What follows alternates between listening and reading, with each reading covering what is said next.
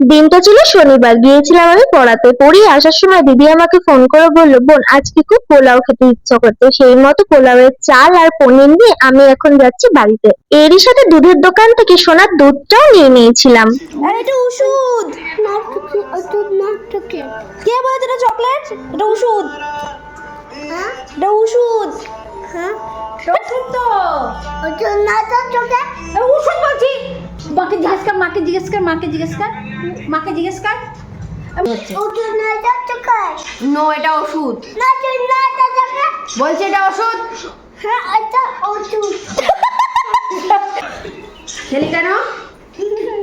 এতক্ষণ আমরা বলছিলাম সেই কথাতে ছেলে পাত্তাই দিচ্ছিল না। যেই না মা একবার বলল, অমনি চকলেটটা ওষুধ হয়ে গেল।